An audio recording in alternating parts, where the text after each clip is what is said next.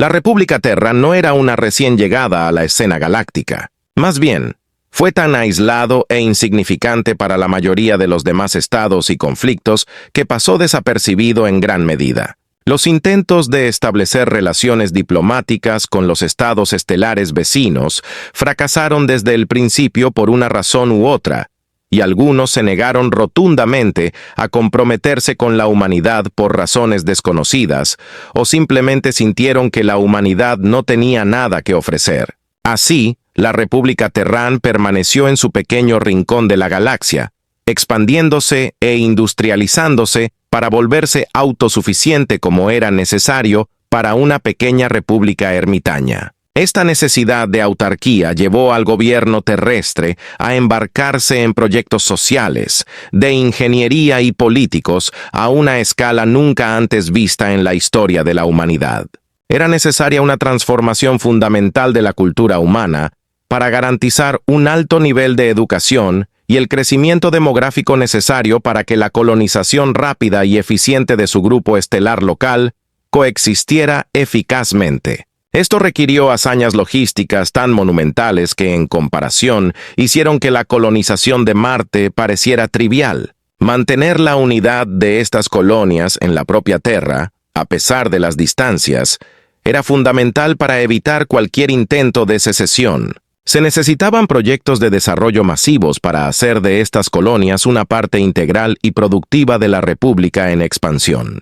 La administración tuvo que ampliarse y simplificarse significativamente para gestionar eficazmente territorios a años luz de distancia del sistema solar. Al final la República lo logró. Extendió sus límites hasta el borde del espacio neutral disponible para él. Logró crear una cultura humana unificada que sirvió como vínculo entre sus territorios y desarrolló estos territorios para convertirlos en partes productivas de la República que necesitaba. Comparada con sus vecinos, la República Terran era todavía bastante pequeña. Debido a su aislamiento, pocos, aparte de un puñado de expertos en geopolítica de los países vecinos, habían oído hablar de él. La pequeña porción de espacio que ocupaba la República Terran se convirtió en una parte de la galaxia altamente desarrollada y densamente poblada. Sin embargo, los estados limítrofes continuaron negándose a cualquier contacto con los Terran. A medida que la humanidad aprendió más sobre su entorno galáctico, escuchando las comunicaciones locales, se descubrió que el área del espacio ocupada por la humanidad servía como zona de amortiguamiento entre potencias regionales. La razón por la que la humanidad pudo colonizar tan fácilmente el área que ahora alberga la República Terran fue que no querían provocar a sus rivales a la guerra. Irónicamente, los rivales estaban algo complacidos de que la humanidad sirviera de amortiguador entre ellos. La República Terran era una barrera mucho más sólida que el espacio abierto. Sin embargo, esto dejó a la República en un perpetuo estado de aislamiento. Ni siquiera podían saber acerca de los eventos que suceden más allá de su sector estelar.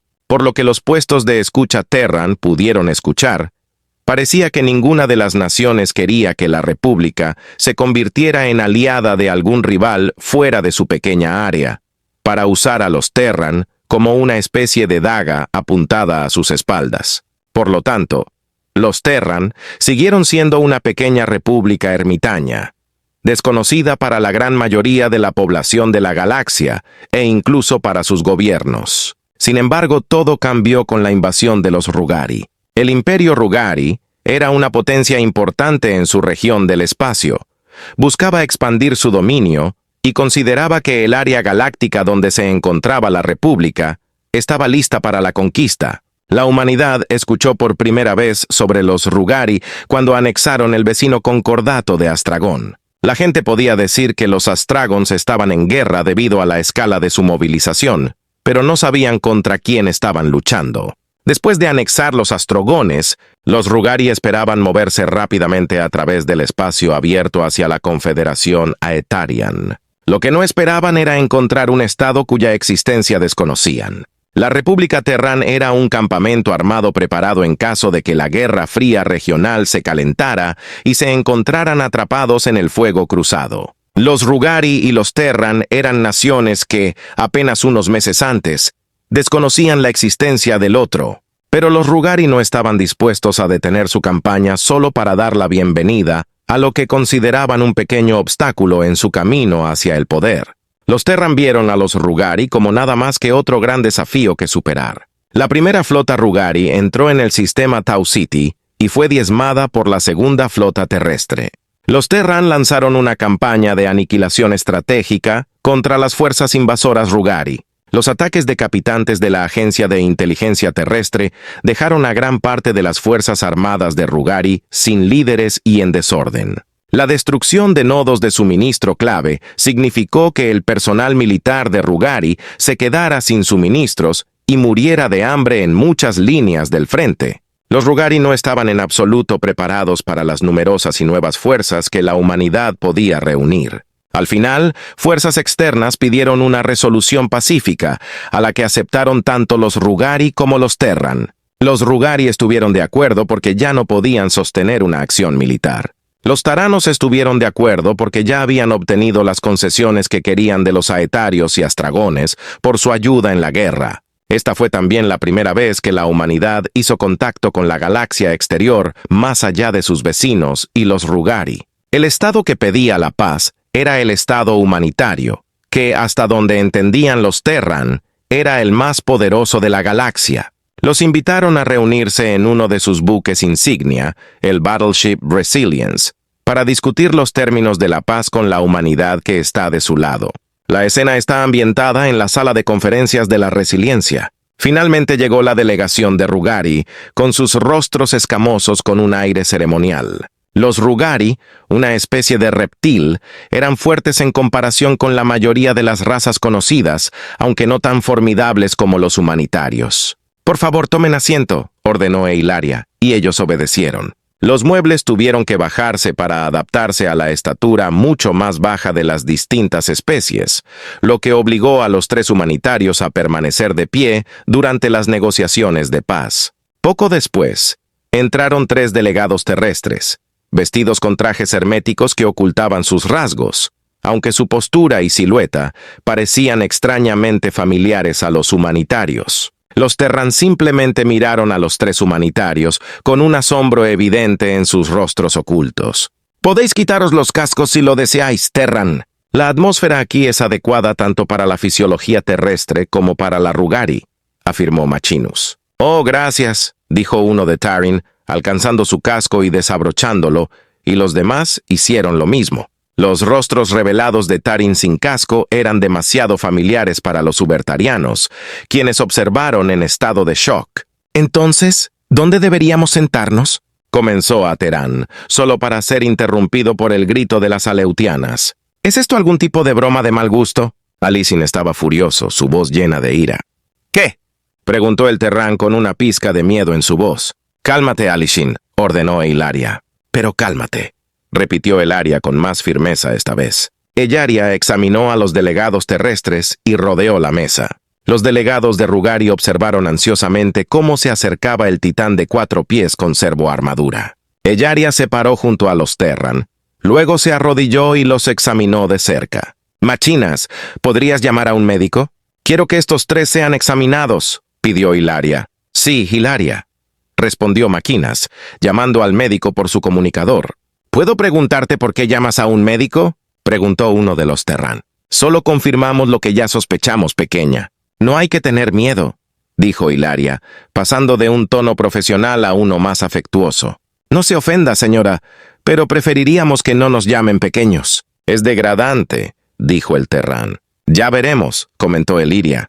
Pronto llegó el médico humanitario, vestido con una armadura blanca con un símbolo que los Terran asumieron que denotaba su profesión. «Hola, pequeños. ¿Cómo os encontrasteis aquí?», preguntó el médico. «Bueno, somos una delegación enviada por la República Terran para negociar la paz con los Rugari», explicó un delegado. «Claro, pequeña.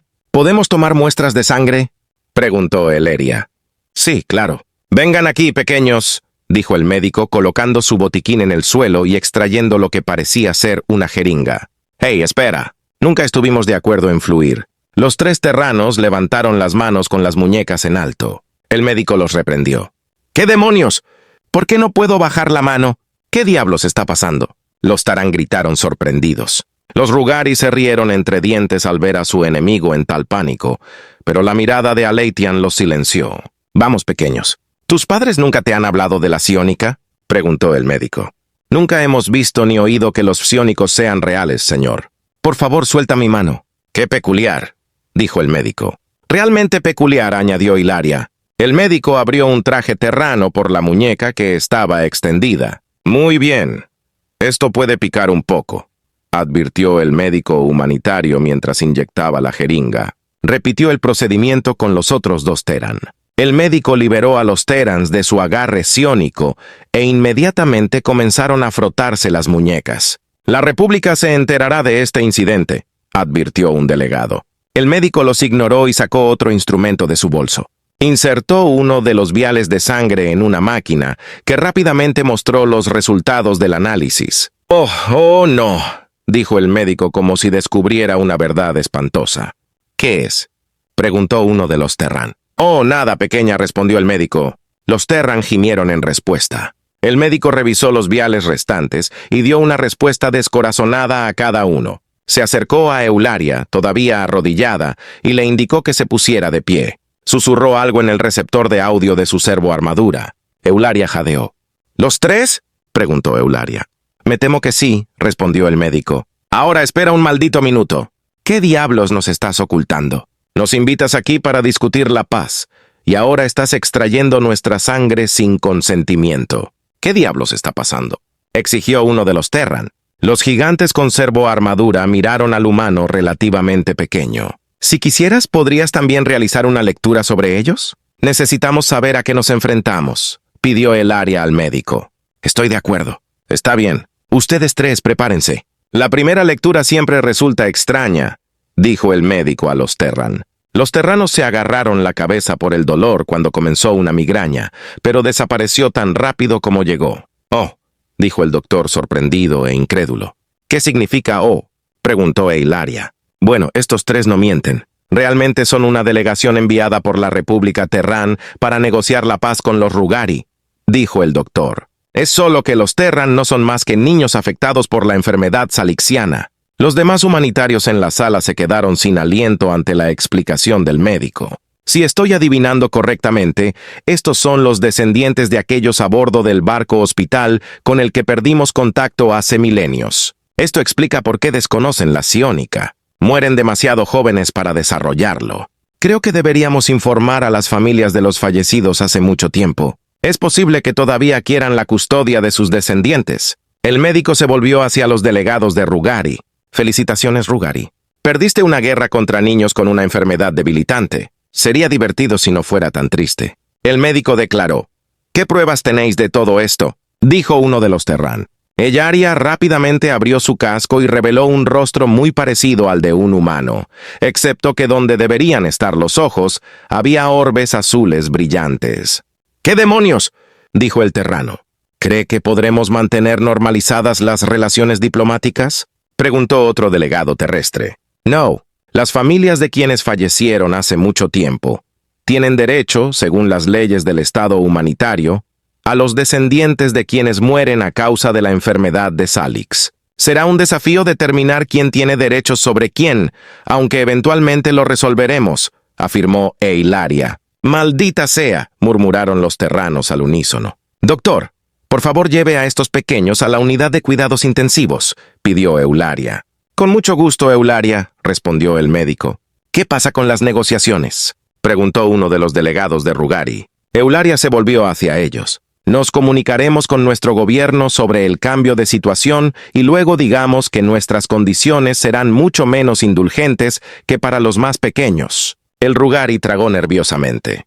Todos los logros de la República Terran, todas las hazañas notables de la industria, la organización y el arte militar, al final, todo fue un juego de niños. Archivo Estatal Humanitario, enfermedad de Salixian. La enfermedad salixiana se caracteriza por afectar exclusivamente a niños humanitarios, provocando degeneración muscular, pérdida gradual de la visión, trastornos mentales, desarrollo prematuro de los órganos reproductivos y muerte prematura. Quienes padecen esta enfermedad sin el tratamiento adecuado para curarla, no podrán vivir ni siquiera 200 años, incluso si son internados en una unidad de cuidados intensivos. Antes del desarrollo de una cura, la enfermedad selixiana representaba el 98% de todas las muertes infantiles humanitarias. El descubrimiento de su cura fue aclamado como uno de los avances más importantes en la historia humanitaria.